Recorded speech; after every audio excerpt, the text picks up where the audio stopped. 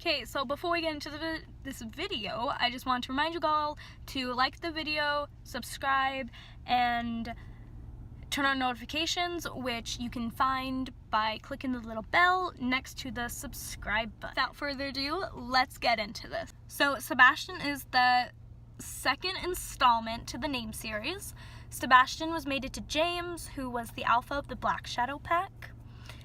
Sebastian's name was inspired by the fact that it's always been a favorite of mine. I've always just liked the name, and I always thought that if I ever had a son, that I would like Sebastian to be one of his names. James was inspired because, again, it's always been one of my favorites. I didn't mention James all that much in the first book because I knew I wanted to write his own story and I didn't want to give too much away. And the first book was about Beowulf and Ridge, and I wanted to just keep James out of it. I mentioned James a few times to just set the stage for his story, so you guys could just get a little feel for him and get you a little pumped up for his story. So, also, I knew for this book that I wanted Sebastian to have the opposite of what Beowulf had. Beowulf had loving parents who accepted him, while Sebastian had parents who didn't particularly like him and definitely did not accept Sebastian when he came out. So that's why I created his parents the way I did. It also made it easier on Sebastian to move out if he wasn't too attached to his family. Now, I did create Wanda because I wanted Sebastian to at least have someone looking out for him, so I created the household chef. And when I first created Wanda, I didn't expect hers and Sebastian's relationship to be as strong as it was. It just sort of happened, and I didn't expect Wanda to become such a strong side character. So by the end of the book, I wanted to make sure Wanda wasn't just left out. I didn't want to leave anybody hanging and asking questions of where she went. And I also knew that Sebastian would have wanted to know how she was doing. So I gave her a mate, so Sebastian knew that she was taken care of and she was happy. So, interesting side note, Wanda's name was temporary. I needed a name for the time being because I didn't have time to find her name because I was having a major writing session and I couldn't be bothered to properly hunt for a name. But then I posted the chapter before changing the name, so at that point I just figured it was too late to change it, and so it stayed. And now that I think about it, Wanda was a good name for her. It fit, and it was perfect for her character, and if I'm being honest, the name grew on me, and I just really like the name now. But originally it was going to be temporary, she was going to have a whole other name, but then I posted it before I could change it, so it became Wanda. So Michaela wasn't really a necessary evil or a necessary character. I could have just made Sebastian's parents just not like him, because let's face it, some people are not meant to be parents, they're not fit for it, and his parents definitely were not meant or fit to be parents. But I wanted some drama, so I created Michaela. Again, Michaela wasn't a character you were supposed to like. She just added to the drama, and pretty much every one of you got riled up because of Michaela, and that's sort of how I wanted it to be. I wanted her to, get under your skin, I wanted her to be annoying, and I wanted her to be a brat. So that is how I made her character, and I think I succeeded. Most of you had your own say about the way James and Sebastian called her a slut. Okay, yes. It's not nice, it's not okay to ever call someone names, but that's just the way I wanted their characters to be. It's the way I created their characters, and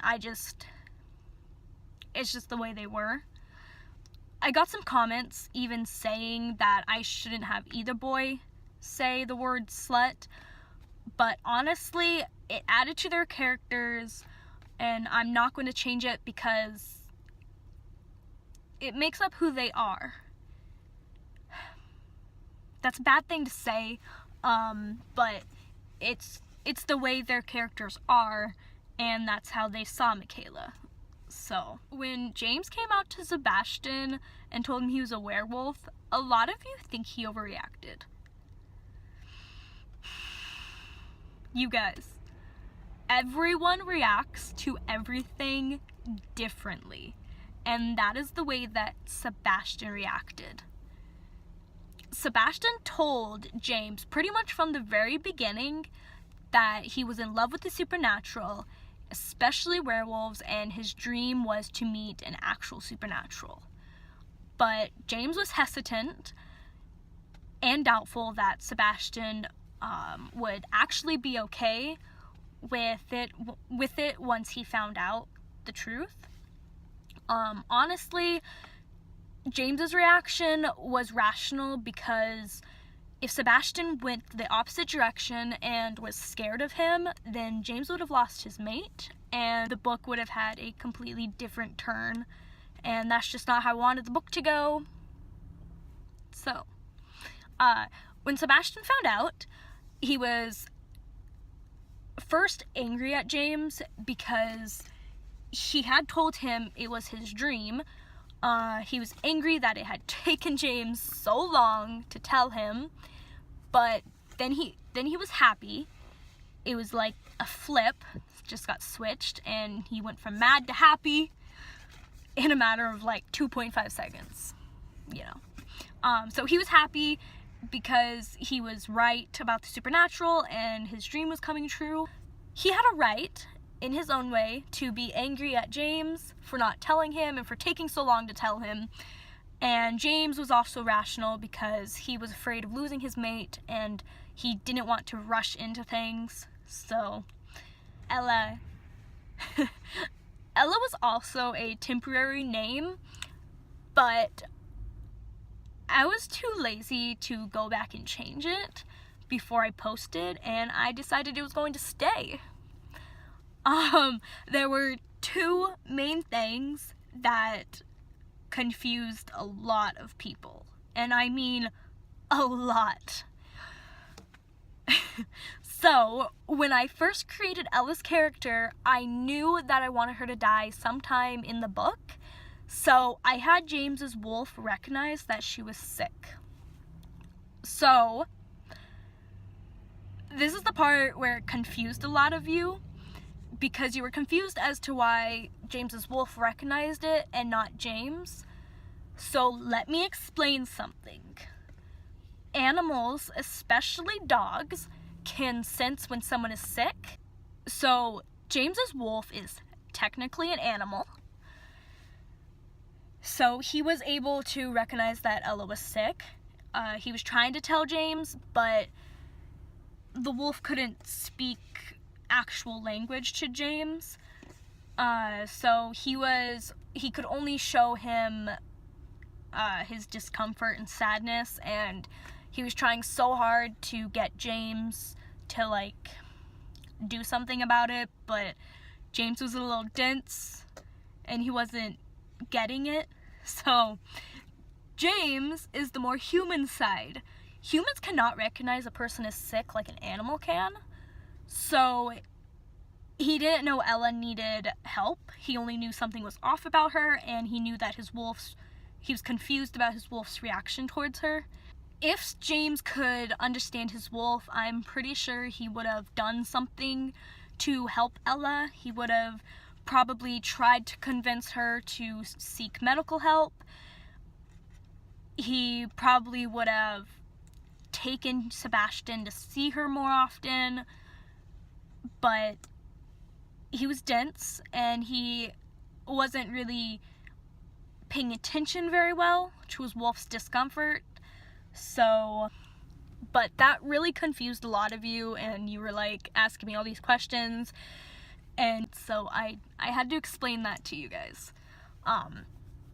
Also, there was that chapter where Sebastian was having a really bad day and he was thinking James didn't like him and that he was going to leave him. And so he ran to Ella for support and guidance because he saw Ella as family, just like he saw Wanda.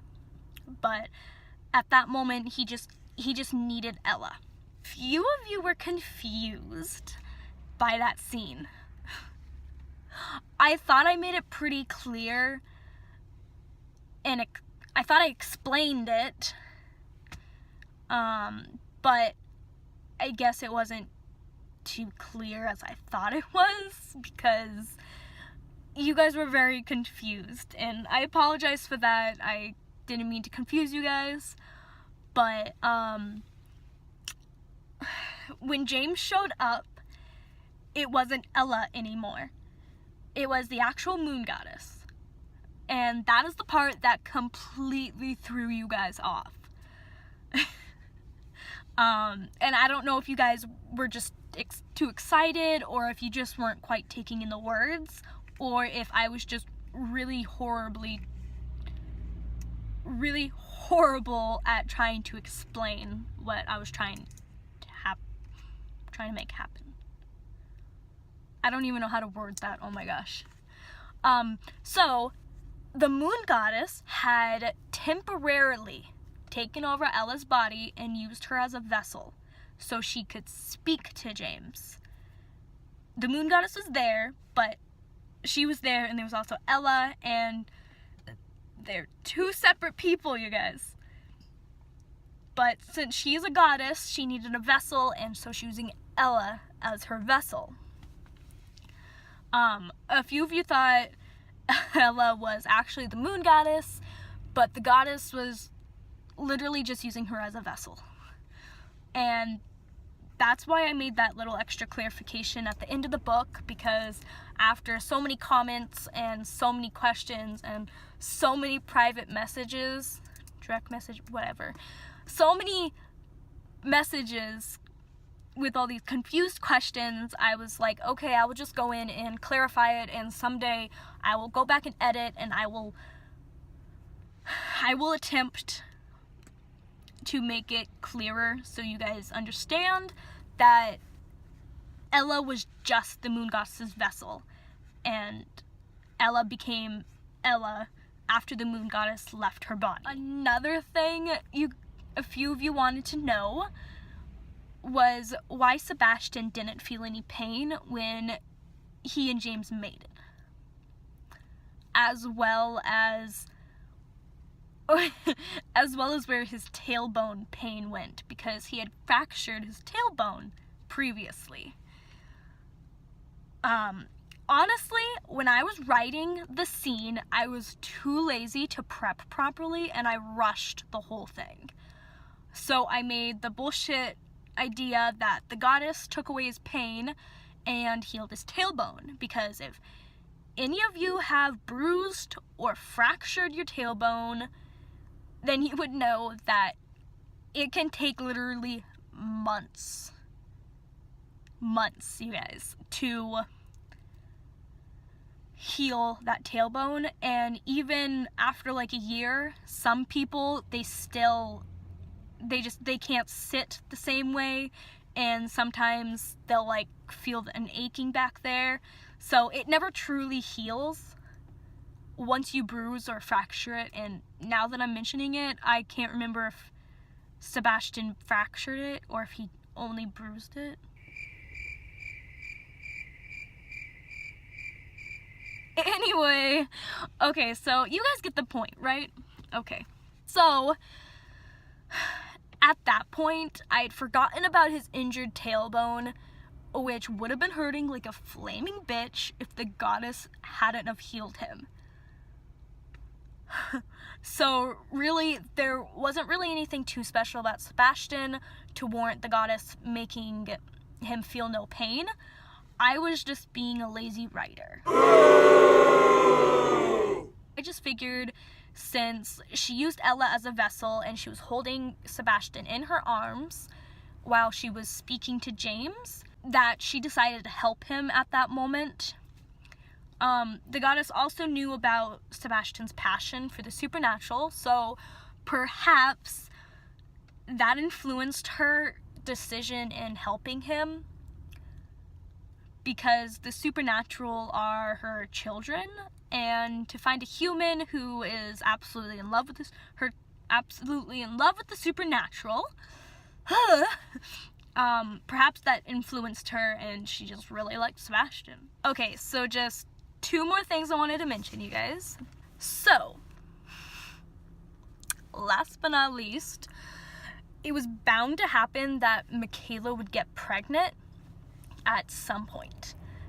And I did think about James and Sebastian adopting the child once it was born, but technically in the United States, you cannot adopt until you're 25, and they were only 18. And I didn't want to go about creating loopholes just because James was a werewolf and he had connections to make things happen.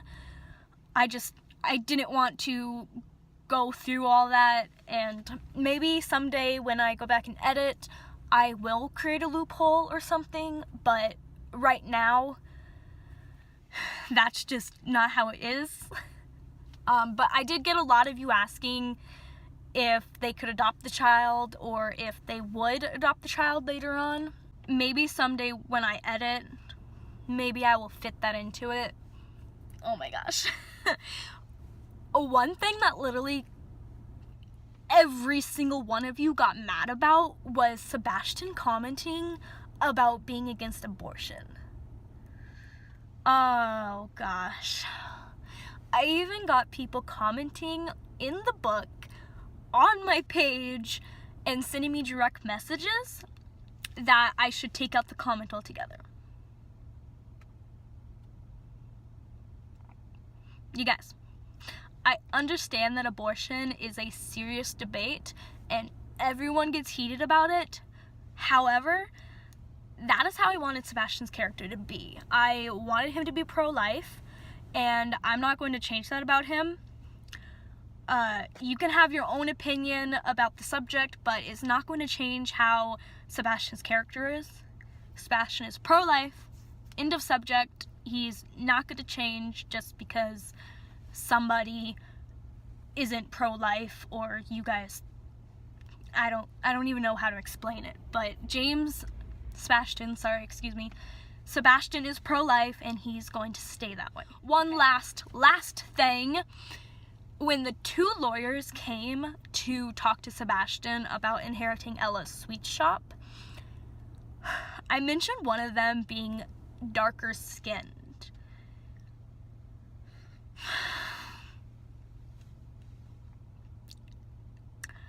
As with the abortion, I had people messaging me all over the place to take it out of my book, and that it was offensive and racist.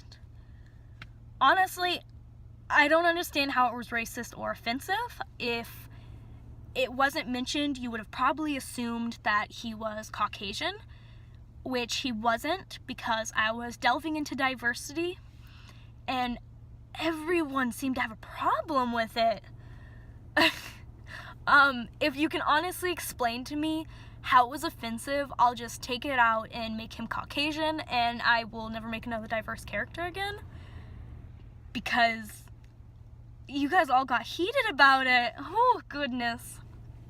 Some people said that I could mention him as tanned-skinned.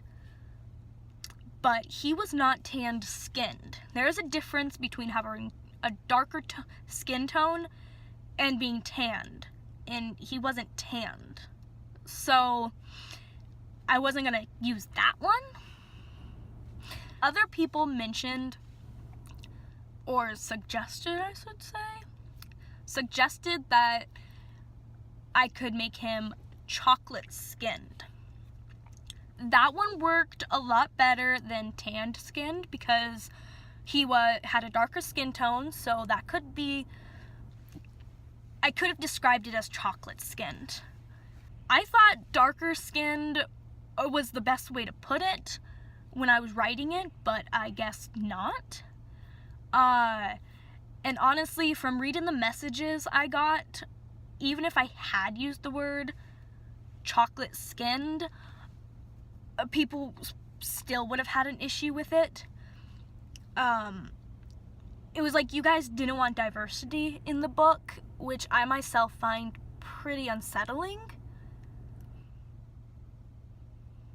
Yeah, I find it unsettling that it sounds to me like you guys don't want diversity, and I just find that really sad, because Caucasians are not the only people in the world. So, I don't want to make this a huge thing, and I do not want it to blow up. So let's please keep it civil. If it gets to be a bigger issue, then I'll just take it out and never mention a non-Caucasian character again, which bums me out, because I would like to explore diversity in my books, but you guys don't seem to want that. So, yeah. Not to be dramatic or anything, but with people being so sensitive in today's age, it's difficult to really know what will make people happy. And if you have diversity in the book, half of you will get really angry and the other half of you will be really happy. There's no in between. I know I can't satisfy everyone, but I do want to try. There were a few of you who said that you were glad that I mentioned that he had a different skin tone and that he wasn't just Caucasian. So I do appreciate those comments, you guys. You guys were a breath of fresh air after all the comments and messages I received about just taking out that he was darker skinned and that it was racist and offensive, which I apologize for. I was not at all trying to be racist or offensive to anybody,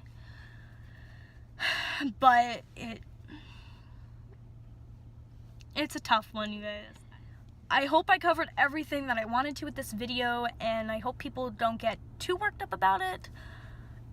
I still want you guys to read the rest of the series, and I still want to hear your opinions and criticism, because they are very helpful and very much appreciated, except for when you guys get very heated and take everything to heart, which I don't want you guys to do. It's not healthy for you. It's not healthy for me to know that you guys are taking it to heart and getting really upset with what I'm writing. But I just want you guys to remember that the books are fictional, meaning they are all made up and pretend. It's for your enjoyment and not to get you riled up. And I sincerely apologize for that, and I want to make it better so I don't offend you. So please let me know how I can fix it to not offend you guys. Just know that some things make up the character, such as how my characters think. So yeah, just let me know what I can do to make my books better, to not offend anyone, and to definitely not be racist. I do not want to be racist in any of my books, and I apologize if they are. I didn't realize they were racist at the time, and